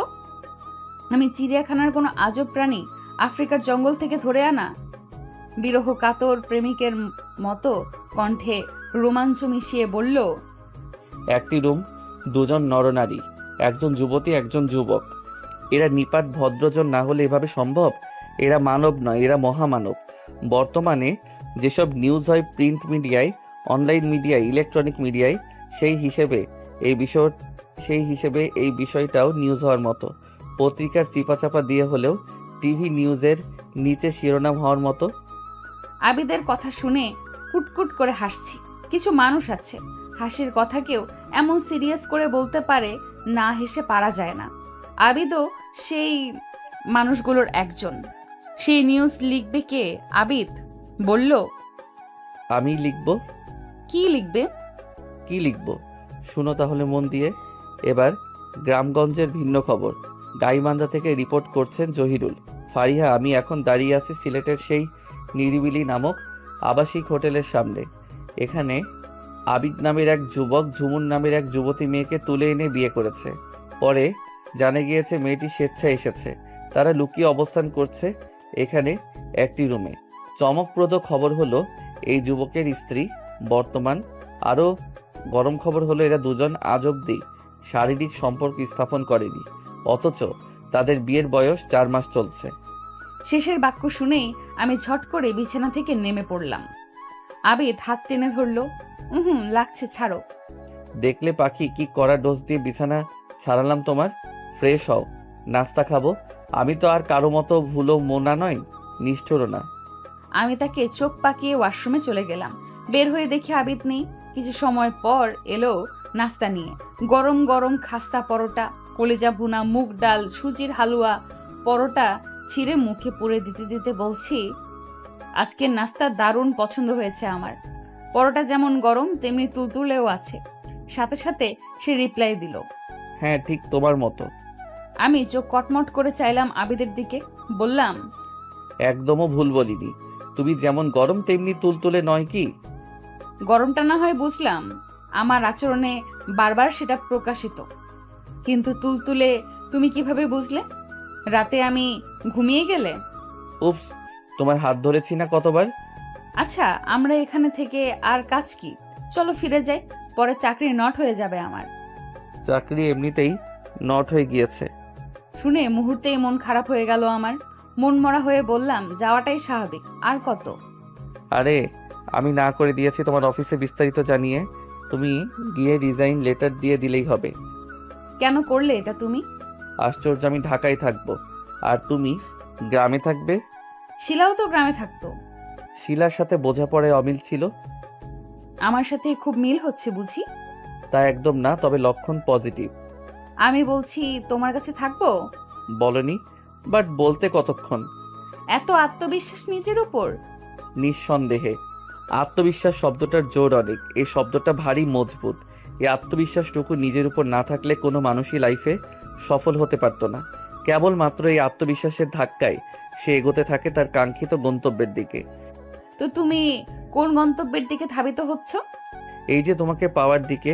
কি এগোচ্ছে না? জানি না বলে নীরব হয়ে গেলাম। মেসেজ দেওয়া মানুষটার কথা মনে পড়লো। দুম করে ফয়সালও উদয় হলো হৃদয়ে আরশিতে। কেমন যেন লাগছে, ঠিক বুঝেও বুঝি না। আবিদ বলল, এখনো জানো না ঝুমুর, তোমার এই জানাটার জন্য আমার আর কি কি করতে হবে। বৃষ্টি থেমে গেলেও ঘরের চাল থেকে টুপ করে বৃষ্টির ফোঁটা পড়ার মতো এক চিলতে হাসি মুখ ফসকে বেরিয়ে এলো। হাসি বন্ধ হলো কেন? আমি তো আজকাল তোমার কাছে হাসির পাত্র। কিছু বললেই ফিক করে হেসে ফেলো। আর একদিন পরে আমাদের সিলেট যাপনের 1 সপ্তাহ পূর্ণ হবে। শপিংয়ে চলো, তোমাকে কিছু উপহার দেই। আরে একদম না, এমনিতেই বেশ খরচ হয়ে গিয়েছে। প্রতিবেলা কিনে কিনে খাওয়া, দুবেলা নাস্তা, রুম ভাড়া। সব ঢাকায় গিয়ে পুষিয়ে দিব। তুমি বাসায় সুস্বাদু করে নানা পদ করবে আর আমি শুধু খাবো আর খাবো। আমি কোনো জব করব না আবিদ? অবশ্যই করবে। ঢাকায় জবের ব্যবস্থা করে দিব। কাটুক না এভাবে কয়েক মাস। নিষ্পাপ শিশুর মতো এক আকাশ খুশি হয়ে। এই, তার মানে তুমি আমাকে ছেড়ে যাবে না? না, যাব না। মায়ের কথাই আমার কাছে শিরোধার্য। ভনিতা না করেই জানিয়ে দিলাম। মায়ের কথা শুধু? তোমার কথা না? লুকোচুরি, বাহানা? বলে আবিদ আমাকে হ্যাচকে টানে বিছানায় ফেলে দিল। এমন সময় দরজা ঠকঠক করে শব্দ হলো। আবিদ মুখ খিচিয়ে। শালার শালিরা আর সময় পেল না, দরজা খুলে দিল। এই ঝুমুর, বাসর হইছে? চট করে হিমা জিজ্ঞাসা করলো। আমি কিছু না বলতেই আবিদ নতুন বরের মতো চিনি গুঁড়া হাসি দিয়ে সখীরা বাসর না সাজিয়ে দিলে বাসর হয়? ওহো, তাই তো। এই আজকে আয়োজন করব, কি বলিস? বলল রিমা। বাকি দুজন রিমার কথায় সায় দিল। আর তো মাত্র এক রাত, সো আজকে পরশু সবাই একসাথে ঢাকায় ব্যাক করব। আমি নাক লাল করে বসে আছি। সায়না বলল, ঝুমুর, আমার কিছু শপিং করব এখানকার মার্কেট থেকে, একটু মজা মস্তিও হবে, তোরা দুজনেও চল। আবিদ বলল, আমার একটা অফিসে যেতে হবে, ঝুমুরকে নিয়ে তোমরা যাও। আর আমার পক্ষ থেকে ওকে একটা শাড়ি কিনে দিও। মেয়েদেরকে ফুলসজ্জায় শাড়ি পরা দেখতেই সুন্দর লাগে। ফুলও কিনবে আমার টাকায়, অন্যের টাকায় বাসর হলে মনে ফুর্তি কম লাগবে। এই নাও টাকা। আবিদ ওদের হাতে একটা টাকার বান্ডেল দিল। ওদের জোরাজোরি আর আবিদের আবদারে রাজি হতে বাধ্য হলাম। বের হওয়ার আগে মায়ের সাথে কথা বললাম, কারণ আমার মা বেশি ভালো থাকে মায়ের সাথে বলার পরেই। মাকে জানিয়ে দিলাম, মা তোমার কথা রাখলাম, আবিদের সাথেই সংসার করব জনমভর। মা ফোনের ওপাশে কেঁদে ফেললো। আমিও ফুপিয়ে কেঁদে উঠলাম। মা অনেক খুশি হলো আমার সিদ্ধান্ত শুনে। বলল, আদিব যেভাবে চায় তোকে সেভাবেই চলিস মা। মেয়েদের ঘর বারবার ভাঙলে এ সমাজ সেই মেয়েটাকে আত্মীয় স্বজন থেকে শুরু করে সবাই মন্দ মেয়ে হিসেবে জানে সারা জীবন। খোটার আর শেষ নেই। বলে মা প্রাণ উজাড় করে প্রার্থনা করলো আমি যেন সুখী হই। সময় করেই আবিদকে নিয়ে আমাদের বাড়ি যেতে বলে রাখলো। আবিদ যখন আমার ননদের হাজবেন্ড ছিল, মা তখন থেকেই একজন ব্যক্তি হিসেবে আবিদকে খুব পছন্দ করত। ফয়সালকেও ভারী পছন্দ করত, কিন্তু নিয়তি নির্মম পরিহাসের সাথে কেউই টিকে উঠতে পারে না। সময় এই নিদারুণ নির্মমতাকে সয়ে নিতে সাহায্য করে। মায়ের মন ভালো দেখে আমারও ভালো লাগছে বেশ, তবে আবিদকে সেটা বুঝতে দিলাম না। 4 বন্ধু মিলে একটা শপিং কমপ্লেক্সে ঢুকলাম। ওরা ওদের জন্য কিছু কেনাকাটা করলো। আবিদের দেওয়া টাকা থেকে আমার পছন্দে ওরা লাল খয়েরি কাতান শাড়ি কিনলো, বেশ সুন্দর। তার সাথে মিলিয়ে ব্লাউজ, পেটিকোট কিনে নিল এবং বউ সাজতে মিনিমাম যা প্রয়োজন সবই কিনলো। আমরা শপিং কমপ্লেক্সের 3 তলার ফাস্টফুড খেতে বসলাম। লাচ্ছি আর শর্মা অর্ডার দিলাম। লাচ্ছি আমার ভীষণ পছন্দের। গ্রামে কাকাদের গরুর দুধ দিয়ে মা তেঁতুল আর দুধ দিয়ে দইয়ের বীজ তৈরি করত। একদিন পর সেই বীজ দিয়ে দুধ জাল দিয়ে মা 1 হাঁড়ি দই বসাতো। যে যার মতো করে খেত। মা এমনিতেই খেত, বাবা দই ভাত খেত খেজুরের গুড় মিশিয়ে, রাসেল মুড়ি মিশিয়ে খেত। আমি 1 গ্লাসে অর্ধেক দই নিতাম। কাকাদের ফ্রিজ থেকে বরফ কুচি দিতাম, কিছু বিট লবণ দিতাম, 1 চামচ লাল চিনি। তারপর কাঁটা চামচ দিয়ে নেড়ে নেড়ে লাচ্ছি বানিয়ে ঘরের পেছনের দাওয়ায় বসে লুকিয়ে লুকিয়ে খেতাম। রাসেল টের পেলেই আমাকে খুঁজে বের করে গ্লাস টেনে নিত আর 2 চুমুকেই শাওয়ার করে দিত। শর্মায় কামড় বসিয়ে হিমা বলল, বাকি রয়েছে কাঁচা ফুল, হোটেলের পাশেই ফুলের দোকান আছে, সন্ধ্যার পর সেখান থেকে কিনে নিব। সায়না বলল, এখন নিলে শুকিয়ে বাঁশ পাতা হয়ে যাবে, পরে আবিদ ভাই সেই ফুল মুচমুচিয়ে গুঁড়ো করবে, আগে গাইবে, তুমি কি দেখেছো কবু জীবনের পরাজয়, শুকনো পাতার মতো মর্মর ধ্বনি। সায়না থামবি, এত ফাজিল হয়েছিস কবে থেকে? সায়না ভেঙচি কেটে থেমে গেল। রিমা বলল, আবিদ ভাইয়ের পছন্দের ফুল হলে জোস হবে ফুলসজ্জা। এই ঝুমুর, বেচারের প্রিয় ফুল কি রে? বলল, তোদের ঢং দেখলে বাঁচি না। ওর প্রিয় চালতা ফুল, কদম ফুল, কলমি ফুল। ওরা হো হো করে হেসে বলল, বেশ মজার তো, কিন্তু কই পাই এসব ফুল? ধুর, দোকানে যা পাই তা দিয়েই সাজাবো বাসর। এইভাবে দুপুর গড়িয়ে বিকেল হলো। আমরা বের হয়ে দোতলায় নামলাম। সায়না একটি লেডিস ব্যাগের দোকানে ঢুকলো। তার পেছন দিয়ে রিমা, হিমা, আমিও ঢুকলাম। দারুণ সব আকর্ষণীয় ব্যাগে ঝুলে আছে। পুরো দোকান খালি। আমরা ব্যাগ পছন্দ করছি আর বলছি, দোকানের স্টাফ, মালিক কেউই নেই কেন? এমন সময় পেছন থেকে একটি ভারী গলা কানে এলো। আমরা ঘাড় ঘুরিয়ে চাইলাম। রিমা বলল, ভাইয়া, এ ব্যাগের দাম কত? আমি জমে গেলাম তাকে দেখে। সে রহস্যময় হাসি দিয়ে, ঝুমুর, তুমি সিলেটে, তোমার না হাজবেন্ড মারা গিয়েছে? আমি ওদেরকে বললাম, এই চল তাড়াতাড়ি, দেরি হয়ে যাচ্ছে। আমার পছন্দ হয়নি ব্যাগ। আমরা 4 জন পা বাড়াতে সে খোয়ার থেকে খপ করে মুরগি ধরার মতো আমার সরু হাতটাকে মুঠোবদ্ধি করে ফেললো। বন্ধুরা খেপে গিয়ে, কে আপনি? ছেড়ে দেন বলছি ওকে, নয়তো পুলিশ ডাকবো। ছাড়ার জন্য ধরেছি? ওর সাথে আমার লেনাদেনা রয়েছে, তা মিটবে ওকে বিয়ে করলি। তুমি এখন বিধবা, আমাকে বিয়ে করতে কি আপত্তি ঝুমুর? ওরা 3 জন একসাথে খ্যাপা স্বরে জানালো, আমার ওকে না নিয়ে দোকান থেকে বের হব না। আপনার সমস্যা কি? মেন্টাল নাকি? আমিও হুয়াঙ্কার দিয়ে বললাম, বদমাইশি স্বভাব এখনো গেল না আপনার? মানুষ হবেন কবে? সে শীতল গলায় বলল, আমি মানুষই আছি, শুধু তোমার জন্যই তোমার কাছে অমানুষ। আমি বিধবা নই, বর্তমানে সধবা। শুনেই সে হো হো করে হেসে উঠল উন্মাদের মতো। হাউ ফানি, স্বামী না মরতেই বিয়ে হয়ে গেল, আমাকে বোকা বানাচ্ছ? ওরা কপাল ভাঁজ করে আমার কাছে জানতে চাইলো, উনি তোর পূর্ব পরিচিত নাকি ঝুমুর? হ্যাঁ, ওনাকে যখন থেকে চিনি তখন ফয়সালকেও চিনতাম না। ওরা 3 জন মুখ চাওয়াচাই করতে লাগলো। দৃষ্টি বিনিময় করে বুঝে নিল তাহলে কাহিনী আছে। ব্যাটে এমনি এমনি হাত ধরেনি। এইদিকে সে ভেতর থেকে তার দোকানের গ্লাস বন্ধ করে দিয়েছে। ওরা 3 জন 3টি টুল নিয়ে বসে আছে।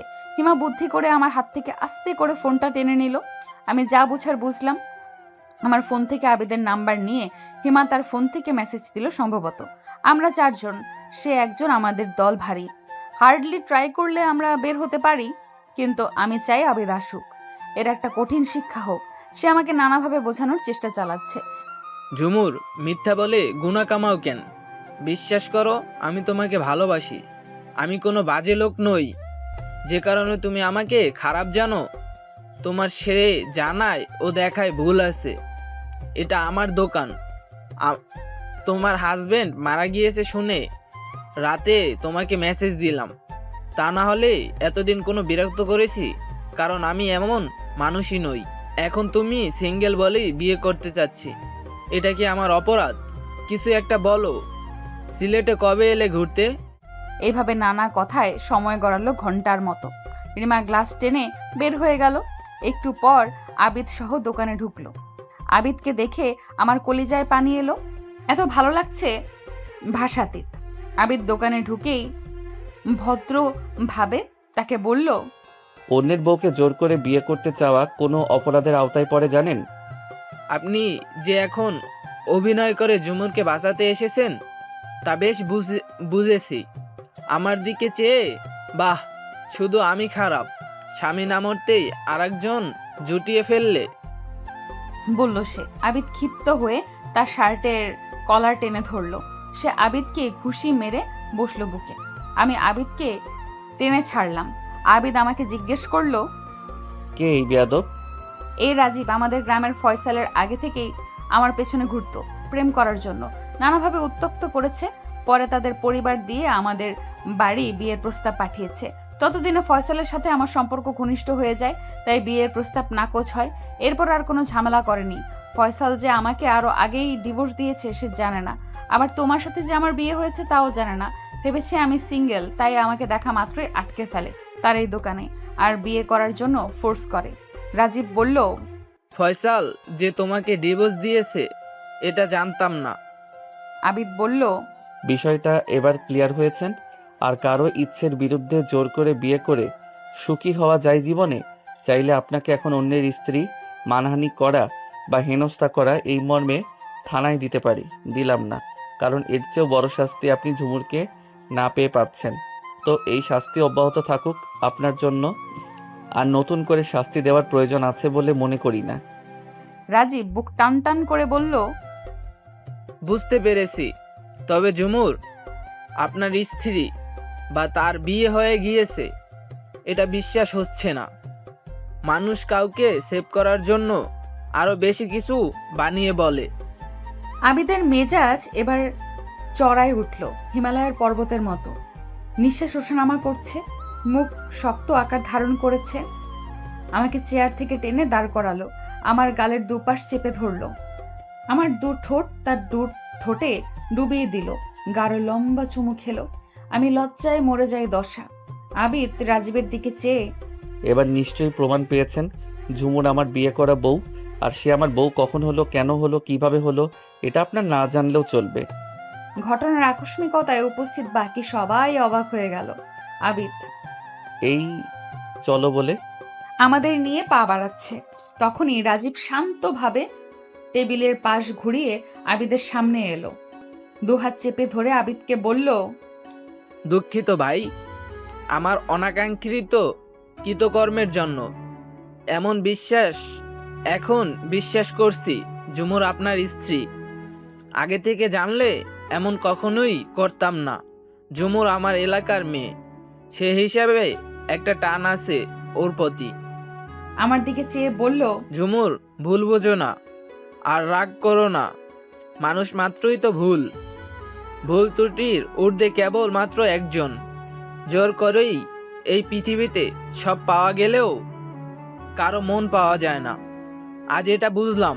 আসলে অনেক দিন পরে তোমাকে চোখের সামনে দেখে মাথা ঠিক রাখতে পারিনি। আমার দোকান থেকে একটা ব্যাগ উপহার হিসাবে নিলে ভালো লাগতো আমার। না লাগবে না বলে বেরিয়ে এলাম তার দোকান থেকে। আমরা সবাই চলে এলাম হোটেলে। ওরাও আমাদের রুমে আসলো। রিমা বলল, মা গো মা, একটা তুফান গেল আচমকা। তুই আমাদেরকে এই রাজীবের বিষয়ে বলিসনি কেন আগে? অভিযোগের সুরে বলল সায়না। আমি নাককুচকে বললাম, জনে জনে বলার মতো কি এটা? সেই কবে ঘুরতো। আর রিমাকে তো বলছি, আমাদের গ্রামের একটা ছেলে আমাকে খুব জ্বালায়, আমার সাথে প্রেম করতে চায়। নাম বলা হয়নি, তাই রিমা বুঝতে পারেনি এই সেই ইফতিজার। ওরা হেসে উঠল। রিমা বলল, যা ঘটে ভালোর জন্যই ঘটে। একটা বিহিত হয়ে গেল আর সে অনুতপ্ত হয়েছে, এটা খুব ভালো লেগেছে আমার। বোঝা গেল মনুষ্যত্ববোধ আছে তার ভেতরে। সায়না বলল, আবিদ ভাইয়ার মনে হয় লাগছে খুব তার খুশিতে।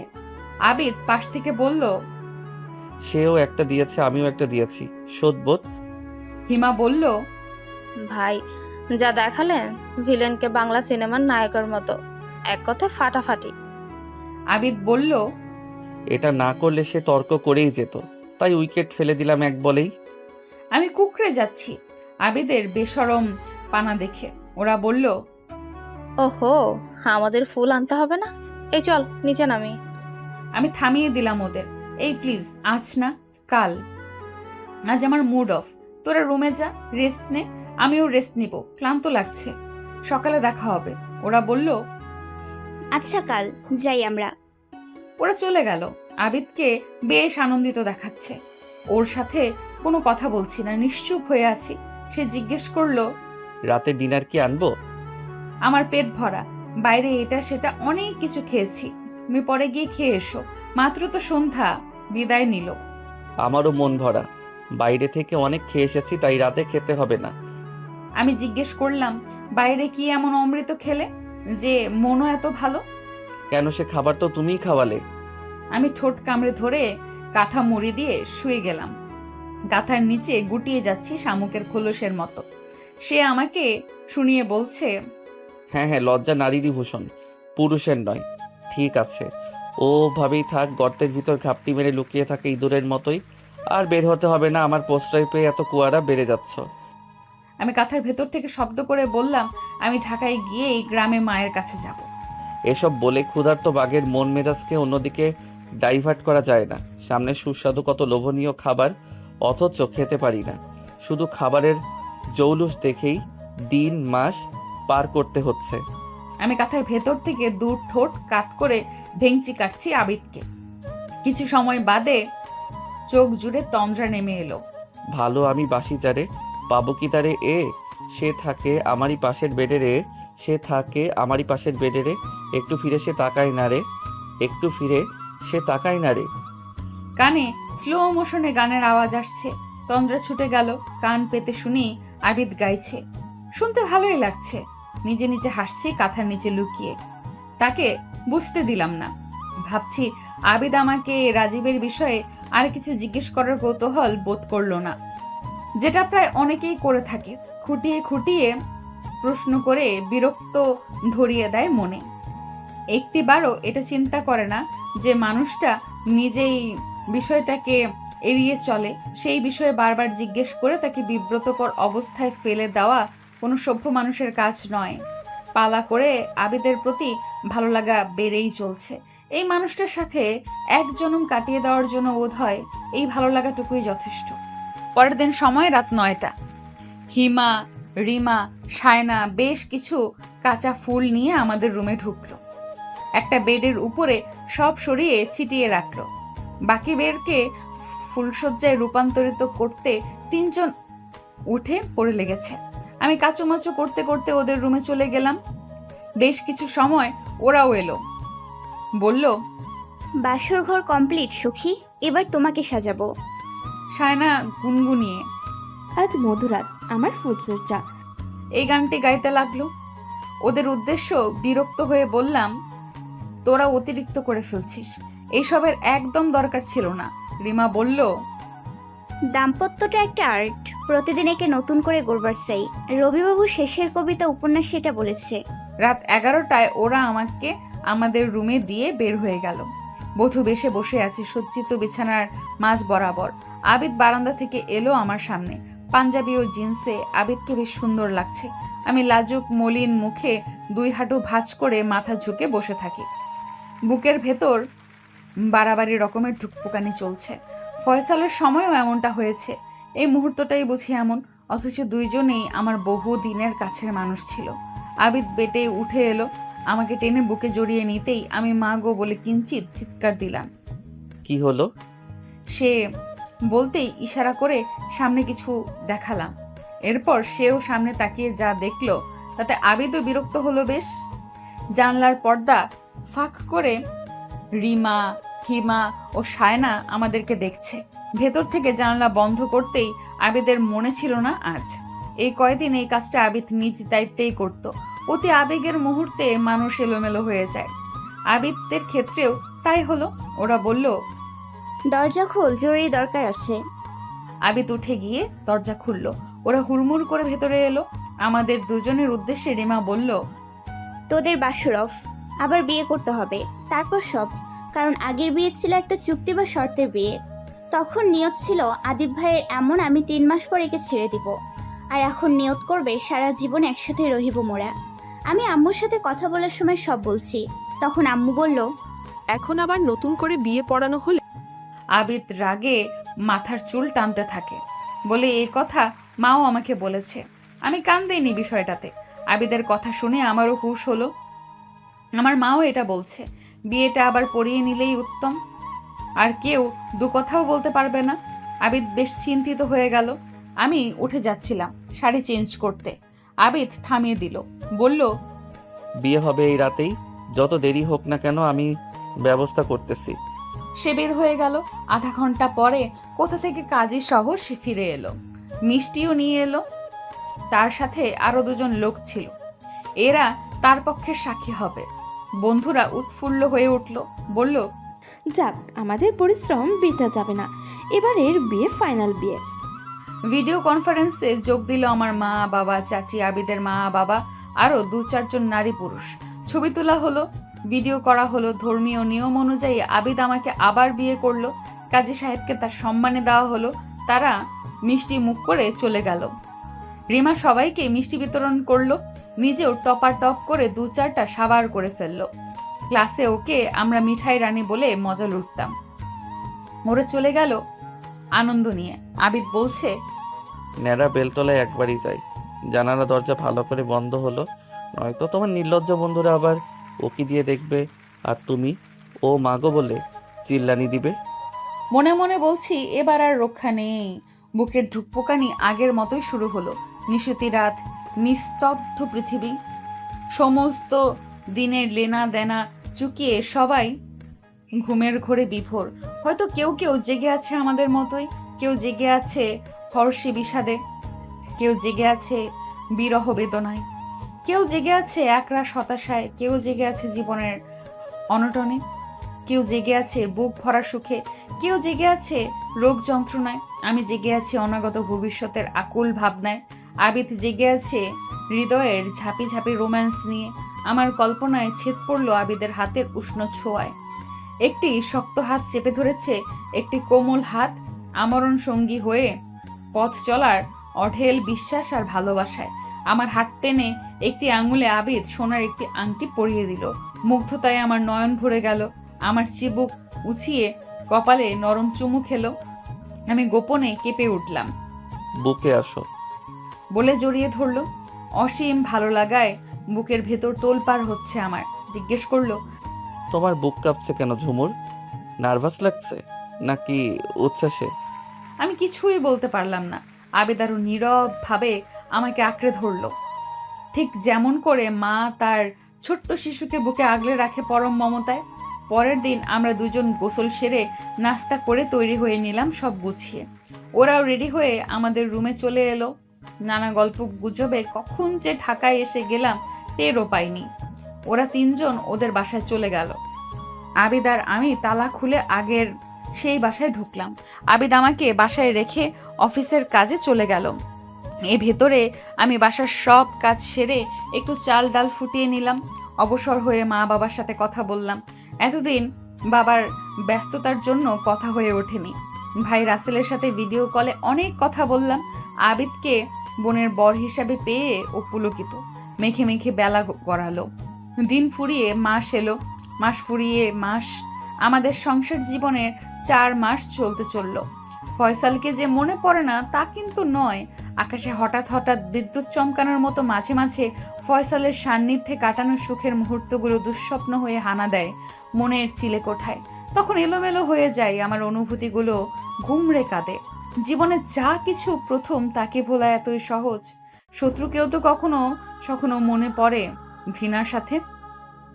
আর ফয়সাল তো কোনো এক সময় ছিল আমার আনন্দে থাকার বড় অবলম্বন। ফয়সালের পাওয়া 5 লক্ষ টাকা রাসেল ও আব্বা ম্যানেজ করেছে। আব্বা তাদের বাড়ি গিয়ে ফয়সালের বাবার হাতে দিয়ে আসলো। যদিও আবিদ দিতে চেয়েছে, কিন্তু আমি একদমই হতে দেইনি। এই কয়দিন আমার শরীরটা ভালো যাচ্ছে না, প্রায় বমি হয়। আবিদ আমাকে ডাক্তারের কাছে নিয়ে চেক আপ করালো। জানতে পারলাম মা হতে চলেছি। আবিদের বাঁধ ভাঙা খুশিতে আমার চোখের কোণে আর্দ্র হয়ে উঠল। মা শুনে বাড়ি চলে যেতে বলল। আবিদ আমাকে নিয়ে গ্রামে তাদের বাড়ি গেল। তার পরিবারের সবাই আমাকে আপন করে বুকে টেনে নিল। সেখানে 2 দিন থেকে আবিদ সহ আমাদের বাড়ি গেলাম। পরে সে ঢাকায় চলে গেল। আমি তাদের বাড়ি চলে গেলাম বারবার শাশুড়ি মায়ের ফোন কল পেয়ে। শাশুড়ি মা আমার পছন্দের খাবার তৈরি করে খাওয়ান। আবিদের ছোট বোন অর্থাৎ আমার ননদ আরিশা আমার জন্য রোজ দুপুরে কিছু না কিছু টক ভর্তা বানিয়ে নিয়ে আসে। আমার শ্বশুর মসজিদ থেকে নামাজ পড়ে আসার সময় পাঞ্জাবির পকেটে করে এটা সেটা নিয়ে আসে খাওয়ার জন্য। আমি নুইয়ে যাই লাজুক লতার মতো ওনাদের এত মায়া মমতায়। ননদ আরিশা আমার হাত ধরে বলে, ভাবি এমন চেপে চেপে থাকো কেন? তুমি কি কোনো ভুল করছো নাকি? তোমার ননদ ছিল, তার তো কাছেই যেতে পারতাম না। তার নাকি প্রাইভেসির ব্যাঘাত ঘটে। কোন প্রাইভেসির ব্যাঘাত ঘটে তা তো দেখতেই পেলাম। ওর কথার লেজ টেনে শাশুড়ি মা বলে, বৌমা তুমি আমাদের সাথে যেভাবে মিশে থাকো, শিলা তো তার ধারের কাছেও ছিল না। আর তোমাকে আমি আগেও বৌমা বলতাম, এখনো বলি। তফাৎ হলো আগে ছিলে দূরের বৌমা আর এখন হলো আমার নিজের বৌমা। এই বলে উনি প্রাণ খোলা হাসি দিলেন। ওনার হাসি দেখে আমার ভেতরে এক দরিয়া প্রশান্তির ঢোল খেতে লাগলো। এইদিকে ওনার কথার রেশ ধরে শ্বশুরাব্বা এসে বললেন, সুখ শান্তি বিয়ে শাদী জন্ম মৃত্যু সবই উপরওয়ালার হাতে। না হলে ঝুমুরকে পছন্দ করে বিয়ে করা ফয়সাল আচম্বিত এমন উগ্র মেজাজের হয়ে গেল কেন? কেনই বা ছেড়ে দিল এত ভালো মনের একটা মেয়েকে? কেনই বা ফয়সাল বাইক অ্যাক্সিডেন্ট করলেও মরেও গেল? কেন আবার ফিরে পেতে চেয়ে আবিদের সাথে বিয়ে দিল? সেই ছোটায় তার বোনটাও পালিয়ে গেল। সবই মালিকের ইশারা মাত্র। এসবের উপর আমাদের শুকরিয়া আদায় করা উচিত। আমি মায়ের কাছে গিয়ে বললাম, মা আপনার ছেলে বলেছে আমাকে আবার ঢাকা নিয়ে যাবে। আমি আপনাদের ছেড়ে যাব না। শহরে খালি রুমে দম বন্ধ হয়ে আসে। আরিশা এসে আমার গাল টেনে ধরে। সে দায়িত্ব তুমি বাবার উপর ছেড়ে দাও সুইটহার্ট। সবাই একসাথে হেসে উঠলাম। জগতে মানুষে মানুষে কত ব্যবধান, তা আবার উপলব্ধি করতে পেরে আমি স্তম্ভিত হলাম। এক দল নতুন মানুষের সাথে অফুরন্ত ভালো লাগায় সময়গুলো অতিবাহিত হচ্ছে। দিনে দিনে শরীরটাও ভারী হয়ে যাচ্ছে। 2 মায়েরই একান্ত ইচ্ছে 7 মাসের সাধের অনুষ্ঠানের আয়োজন করা হলো। দুই পক্ষের বিপুল লোকজন এলো, বহু উপহার সামগ্রী পেলাম। গতরাতে আবিদও এলো ঢাকা থেকে। আয়োজন শেষে বিছানায় যেতে যেতে নিশি রাত হয়ে গেল। আবিদ আগেই ঘুমিয়ে গিয়েছে। আমি ভাবনার অতলে হারিয়ে যাচ্ছি। আমার ফানুসের জীবন এসে ঠেকলো যেখানে, সেখানে ভালো আছি, বেশ আছি। আগে ফয়সালদের সংসারের সব কাজ একা নিজ হাতে সামলাতাম, তবুও তার মা বোনের কাছে আমার অবস্থান ছিল অচল পয়সার মতো। আর আবিদের সংসারে আমি তেমন কোনো কিছুই করিও না, তবুও তাদের সবার কাছে আমি লক্ষ্মীবধূ আর মিষ্টি মেয়ে।